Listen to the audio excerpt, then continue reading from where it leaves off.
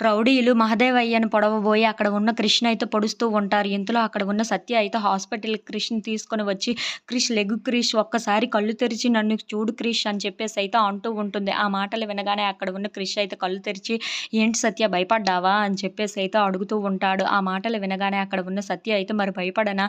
ఇప్పుడు నీ ప్రాణం నీ ఒక్కరిదానిదే కాదు నాది కూడాను" అని చెప్పేసి అయితే అంటూ ఉంటుంది. అలా వాళ్ళిద్దరూ అయితే మాట్లాడుకుంటూ ఉంటారు. ఇంతలో మహదేవయ్య రౌడీలు పంపించిన వ్యక్తి దగ్గరికైతే వెళ్ళి, "నన్ను ఎందుకురా చంపాలనుకున్నావు? నా కొడుకు ఈ పరిస్థితుల్లో ఉన్నాడు అంటే దానికి కారణం నువ్వే. ఎందుకు నా కొడుకుని చంపాలనుకున్నావు? మర్యాదగా చెప్తావా లేదా?" అని చెప్పేసి అయితే అడుగుతూ ఉంటాడు. ఆ మాటలు వినగానే అక్కడ ఉన్న వాడైతే, "నేను చంపాలనుకున్నది నిన్ను కాదు. నేనసలు నిన్ను చంపాలనే అనుకోలేదు. నిన్ను చంపాలనుకున్నది ఎవరో తెలుసా నీకు? నీ రక్తం పంచుకొని పుట్టిన బిడ్డ. అదే నీ పెద్ద కొడుకే నిన్ను చంపాలనుకున్నాడురా" అని చెప్పేసి అయితే అంటూ ఉంటాడు. ఆ మాటలు వినగానే అక్కడ ఉన్న మహదేవయ్య అయితే ఒక్కసారిగా షాక్ అయిపోతూ ఉంటాడు.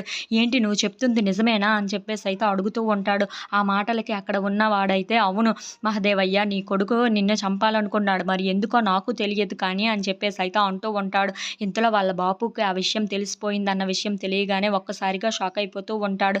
ఇంతలో అక్కడ ఉన్న సత్య అయితే అటువైపుగా వెళ్ళి ఆ విషయం అయితే విని, "ఏంటి బావగారు మామయ్య గారిని చంపాలనుకున్నారా? ఇందులో క్రిష్ ఇరుక్కున్నాడా?" అని చెప్పేసి అయితే అనుకుంటూ ఉంటుంది. If you like this video please like, share and subscribe friends.